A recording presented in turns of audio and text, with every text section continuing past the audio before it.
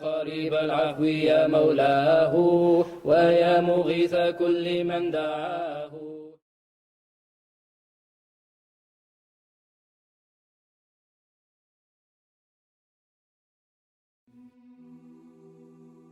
And the other thing that we tend to do a lot is, when we're thinking about the future, but what if this happens? What if I say that and he says this?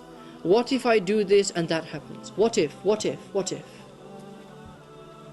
So you spend your life paralyzed by regrets about the past, or frustrations about the past, or anxieties about the future. The past has happened, it is not coming back. You can do nothing about this. The future is coming, and you do not know what is in store for you. And you have no control over that either. What is destined for you will happen to you. Don't lose yourself in these two powerlessnesses. Oh, I can't do anything about my past, I can't do anything about my future. You're right, you can't. But you can do something about your present. Don't lose your present in resentment about the past and in anxiety about the future. One leads to depression, the other leads to anxiety and neurosis. Okay? Don't do that to yourself. When you sit and you reflect on today, on what happened today, when you sit in, when you go home today and you sit and you think about the retreat and you think about what did I do and how did I spend the time, you do it for one reason. You do it in order to know what should I do now. If I did something wrong, let me make tawbah. If I wronged somebody else, let me go and apologize to them. Let me go and say sorry to them. If I didn't do something, this is something that I need to do tomorrow.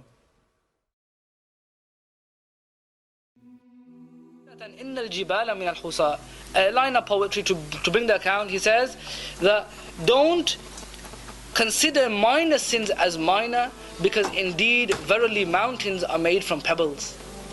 Mountains are made from pebbles. One stone has no weight, one pebble has no weight, but a whole mountain is made of minor sins adding up. So in your life, one sway or one lack of adab in a certain situation may be minor, but if you make it habitual and you add them up, it makes mountains. That's what the Shaykh is saying here. He says here, وَاسْنَعْ كَمَاشٍ فَوْقَ أَرْضِ الشُّوكِ يَحْذَرُ مَا يَرَى. He says, walk as though you're walking on soft ground. This reminds me of what Sayyidina Umar said. Sayyidina Umar was asked how to live in the dunya. He was asked how to be when one is in the dunya. And Sayyidina Umar describes this in the following. He says that, if there was a jungle and there was thorns everywhere, he asked the person, how would you walk through the jungle? He says that when I would walk, what I would do is I would take my jubbah and I would wrap it around me tight, and I would move this way and duck this way and move my feet, and I'd be very careful everywhere. He says, walk in the dunya like that. This dunya is the equivalent of that metaphor. That this dunya, every step you take, there's an opportunity for you to falter. Every step you take, there's an opportunity for you to make a mistake. You need to be as careful as you walk through this dunya. You're in this room now. There are things for you to do in this room now for you to get reward. There are things that you could do to offend people. How to sit right now. Are you offending the person behind you? Are you blocking his way? Are you sitting in such a way that it causes him discomfort? Has he asked you to do something that you don't normally do? All of these things are opportunities. You're in dunya at the moment. Always be careful on how you step in the dunya. So the Shaykh says, فَوَاحِدَةُ الْحَسَى لَا تَشْكُلُ تَلًا وَلَا جَبْلًا وَلَكِنْ إِذَا كَثُرَتْ صَارَتْ تَلًا فَإِذَا تَرَاكَمَتْ شَكَّلَتْ جَبَلًا وَوَاحِدَةٌ مِنْ عِيدَانِ الْحِطَبْ لَا يُبْزِ. So he says, one stone doesn't resemble a mountain, and it doesn't even resemble a pile. However, as these stones you start to collate them together, eventually they start to resemble piles, and then eventually they become mountains. So that the soul may live with ease. Around the dying person, remember when you read Quran, the angels amass and they surround the dying person. And it is better that the dying person recite Surah Ikhlas. This is for the dying person himself.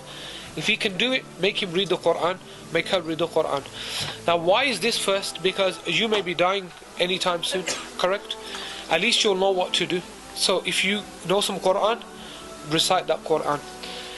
Better that you read Ikhlas and Mu'awwadhatayn. That's the last two surahs of the Quran, Falaq and Nas. They're called the Mu'awwadhatayn. So it equals to the last three surahs including Ikhlas. And blow them over the body constantly. The Prophet ﷺ would recite and blow over himself Mu'awwadhatayn when he was overcome by his final illness before he left this world. So it's very, very important that if we're in that, and often if we are in that state of Sakaratul Maut, the last lahzat, the last moments, it's difficult sometimes to, bring yourself to, you may have, lost you lost consciousness, or something else may have happened to you that you're not able to do so. But if you are, and you have understanding, knowing that you're passing away, try your best to read these surahs or longer surahs, blow them on your body, and it will ease the soul. Number 2, make the last moment in this world blessed. For the Prophet ﷺ said, indeed actions are judged by their endings. إِنَّمَا الْأَعْمَالُ بِالْخَوَاتِمِ.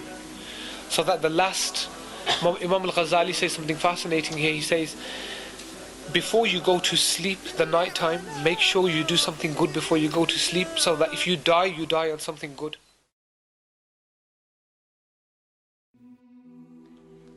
So I based the roots of injustice on Ibn Hazm's work. Ibn Hazm is an amazing scholar.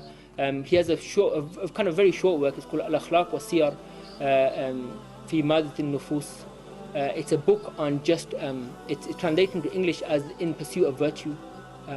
It's a very good book. It's translated by Dr. something Layla. That helps. Yeah, it's called In Pursuit of It. I'd recommend you to go and buy this because I think it's a very beneficial book. The first half of that book is just an introduction by the author. I think he studied in Azhar and he did this as part of his PhD. The book itself is very short. Seriously, if you're a keen reader, you'll read it in probably 45 minutes to an hour. Right? It's not a long book at all. But I read through that book and I learned some amazing things about this man, because prior to reading this book, my experience of Ibn Hazm was just some things that I heard about him and some things I read about him, right? And then I opened this book from him, right? A book that he wrote, and I was actually amazed. Here's a man who, at a young age, he lost his memory, right? He's a scholar. He lost his memory, and then he became a scholar again. So he became a scholar twice in his life.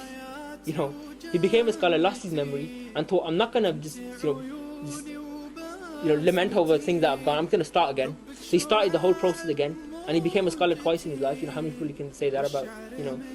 One of the amazing things I learned in that book, actually, is mentioned. I can't remember if I read it originally from that, but it's about his grandfather. This is kind of in passing, he says it. This is our amazing, great scholars. He's a scholar from Spain, Andalus, and this is towards the fall of the Muslim empire in Spain. This is when the persecution was really kicking off now, and he was kind of involved with the government and lots of kind of difficulties that he was, surrounded by. He mentions kind of in passing. He says, my grandfather was a keen reader. He loved reading books, And he said, but the problem was that he was, not naturally, he was blind, so he couldn't read. So somebody had to read to him, which made it very difficult. So you had to pay people. Oh, my father had to do it, right? So your grandfather's blind, so your father sit there and read books to him because the grandfather loves books. Or pay somebody. So the father then thought, how can I get around this? To make it easier for him, to facilitate this for him. So what he thought was, he had this idea of getting tar. He melted tar. And then he went over the page with tar, and it dried. And what happened? He elevated slightly off the page, and then his grandfather would touch it, right? We call that Braille now, right? So Braille, I think, is attributed to some Louis Braille, 16th, 17th century.